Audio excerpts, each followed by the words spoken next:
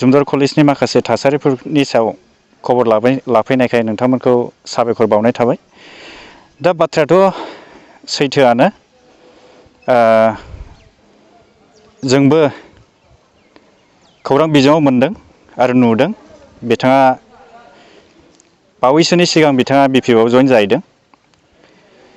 दा बिथाङा नंगौमोन जोंनि जमदुवार कलेजावहाय एसिस्टेन्ट प्रफेसर हिसाबै दङमोन, नाथाय बिथाङा 2020 नि गेजेराव जोंनि कलेजनिफ्राय बिथाङा रेजिगनेसन लायो आरो रेजिगनेसन लानानै बिथाङा खोनानो मोनदों दा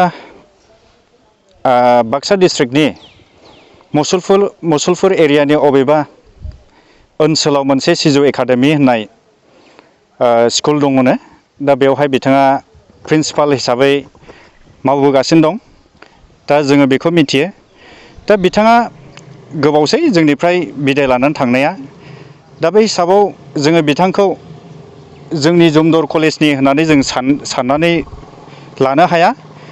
मानोना बिथाङा अलरेडि जोंनिफ्राय ओंखारनानै थांखाबाय आरो बिथाङा सिजौ एकाडेमिनि प्रिन्सिपालबो मावगासिनो दं होननानै खोनादों। दा जोङो बेखौल' जमदुवार कलेजनिफ्राय मोनसे दुखु फोरमायनाय थादों।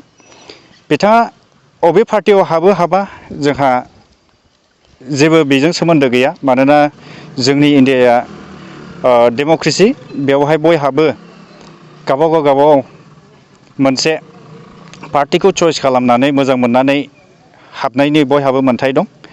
जोङो बेखौल' दुखु मोनदों जे जोंनि जमदुवार कलेजखौ नाम लानानै मुं लानानै जे बिथाङा एक्सट्रा माइलेज लानो नागिरदों। दा सासे बिथाङा डक्टरेट मानसि, जोंबो मान होयो, बिथाङा सासे गोरों मानसि, खिन्थु बिथाङा जोंनि जमदुवार कलेजखौ लानानै बेबादि जइन जाहैनायखौ जों कलेजनिफ्राय एसे दुखु मोननाय फोरमायदों। मानोना बिथाङा गोरों आरो बुजिनो हायो। दायो बिथांनिसिम मा खावलायहरगोन सारा?